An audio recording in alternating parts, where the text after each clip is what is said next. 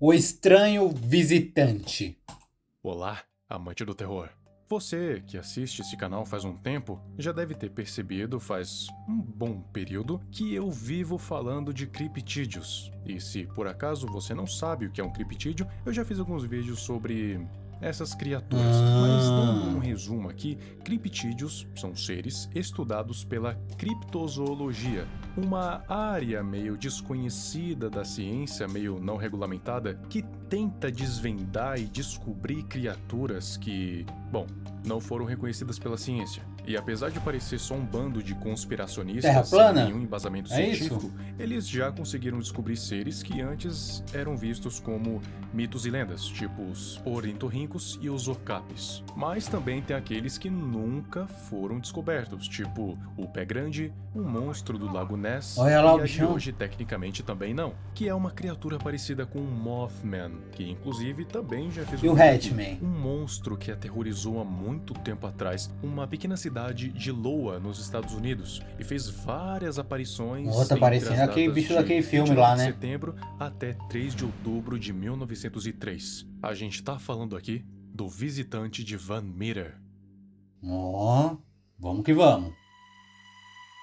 Em outubro de 1903, era uma manhã normal em Van Meter, quando, de repente, durante a noite, mais especificamente às 1 da manhã, o G. Griffith foi incomodado por uma luz ofuscante que parecia ser um farol e estava vindo do lado de fora. Quer dizer, pelo menos de início, ele pensou que era um farol, mas logo ele ia ver que não era bem assim. Como de início ele pensou que era alguém sacaneando com ele saiu com a espingarda na mão para enfrentar quem estava por trás daquela luz irritante. Quando ele saiu para fora e olhou para o telhado de onde a luz estava vindo, ele se deparou com algo que ele nunca ia esquecer. Ele viu uma criatura alada com chifres em cima de um dos telhados. E aquela luz não era um farol, ela era emitida da ponta dos chifres dela. Olha, Obviamente ele congelou no início, assim bichão. como qualquer um, mas depois de alguns segundos que pareceram horas, ele arranjou coragem, apontou e atirou. E O apesar bicho de caiu. ter acertado a criatura, não parece que a feriu. Mas, apesar de não ter a ferido, a criatura parece que se assustou e pulou para outro telhado. É meio Em humanoide, seguida né? desapareceu pela noite, não sendo vista desde então. Essa aparição aconteceu no centro da cidade, ou seja, tiveram muitas testemunhas, porque parece que essas aparições de criaturas sobrenaturais geralmente tendem a acontecer em locais mais isolados, Afastado, né? parece Sempre que assim. essas coisas, Ó o pé apesar grande de aí, ó. serem criaturas irracionais e assassinas, podem imaginar que, se aparecerem em locais muito movimentados, as pessoas vão ter mais conhecimento sobre ela, o que não seria muito interessante.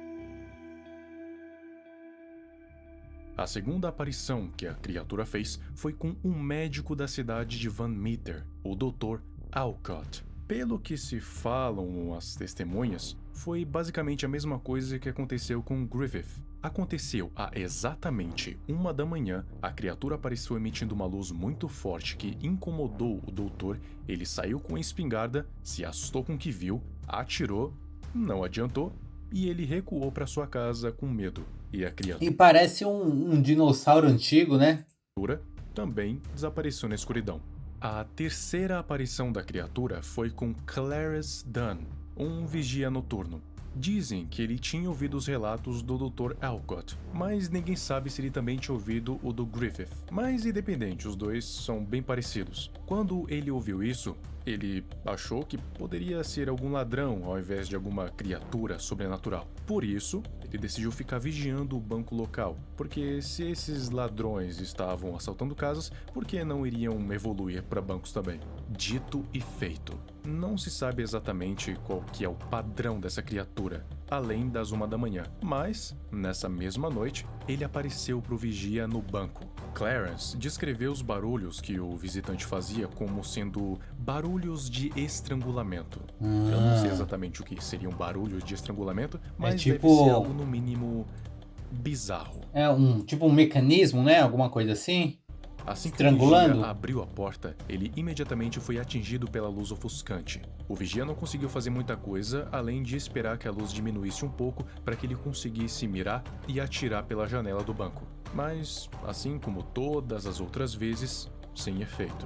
Mas uma coisa foi diferente dessa vez. Quando ele saiu na manhã seguinte, ele se deparou com algumas pegadas com Ah, 3 o bicho dedos. veio pra terra, E ó. como era uma evidência e provavelmente essas pegadas iriam desaparecer, ele fez vários moldes de concreto para ter provas do que viu. E as Olha que últimas legal. testemunhas até então foram O.V. White e Sidney Gregg. Claro que não são os últimos relatos, tem um monte de relatos, mas esses são os mais relevantes. O O.V. White era o dono de uma loja de ferragens local e, em uma bela noite, ele saiu para a rua e viu um monstro dormindo em cima de um poste telefônico. Ele não sabia o que era aquilo, mas se continuasse dormindo em cima do poste, poderia causar problemas para a população em questão de energia e telefone. E assim como todos os outros, tentou atirar nele, só que ao invés de fazer barulhos, a criatura soltou um cheiro terrível, tão forte A que o criatura deixou parece ser um ser pensante, né? inconsciente, só acordando na manhã seguinte. O Sidney Gregg, que é o seu vizinho, disse que testemunhou a criatura voando do poste telefônico em direção a uma mina de escavação abandonada, Ah lá, onde pode ser o ninho dela. era o seu ninho. É. Então, depois de alguns dias, o povo continuava ouvindo barulhos estranhos vindos da mina. Só que depois das aparições do visitante, tiveram várias testemunhas. Ou seja, muita gente já sabia do que se tratava. Então, decidiram que iriam dar um fim na criatura de uma vez por todas. Reuniram armas, rifles, tochas e um monte de coisas. Só que, ao chegar lá, eles tiveram uma surpresa nem um pouco agradável. A criatura mostrou que não estava sozinha lá. Um segundo monstro saiu da caverna junto do visitante. É uma com família. as exatas mesmas características dele. Asas de morcego, 2,5 metros de altura e chifres brilhantes. Também a habilidade de ser à prova de balas. Por isso, as pessoas não conseguiram fazer nada mais uma vez. E as criaturas conseguiram fugir. Então o povo já sacou que não dava para matar essas criaturas, pelo menos não com as armas convencionais. Por isso pensaram em outra coisa. Para que elas não voltassem nunca mais, eles decidiram selar a passagem da mina, porque, teoricamente, eles não teriam onde dormir. E, por incrível que pareça, isso deu certo. Desde o dia 3 de outubro de 1903, os visitantes nunca mais foram vistos em Van Meter e em nenhum lugar do mundo. Então tá selado os bichos. Até hoje, não se sabe o que exatamente é a criatura. Pode ser um criptídeo, pode ser uma lenda, pode ser só uma farsa. Mas a ideia de ser uma farsa não é tão apoiada pelo simples fato de que não tem nenhum motivo para isso, já que não tem lucro envolvido. Fora a quantidade de testemunhas que já viram essa criatura por aí. E por isso, um monte de teorias foram criadas a rodo por aí. A de que pode ter sido um pterodátilo, um sobrevivente pré-histórico, ou talvez um tipo de animal terrestre desconhecido que tem bioluminescência.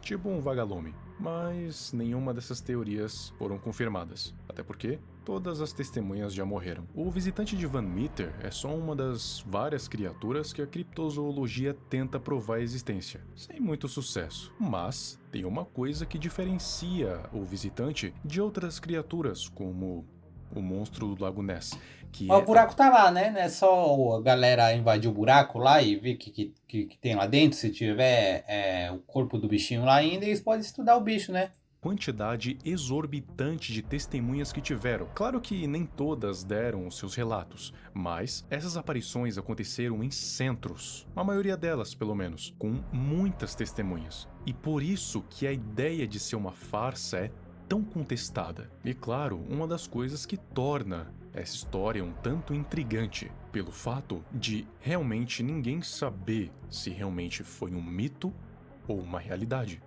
Porque ambos os lados são contestados. Só que não dá para ter muita certeza porque essa criatura nunca mais foi vista há pelo menos um século. E claro, as testemunhas daquela época já estão no caixão. Me diga aqui você nos comentários. O que você acha? Essa história pode ser realidade? Ou é Ou pura não? ficção?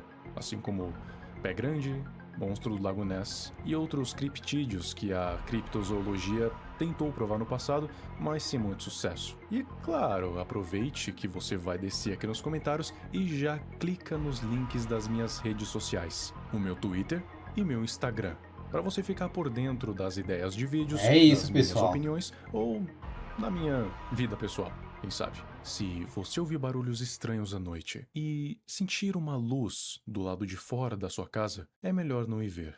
Um Pro seu cheirinho próprio bem. estranho, Vai né? que a criatura, depois de muito tempo, resolveu voltar, né?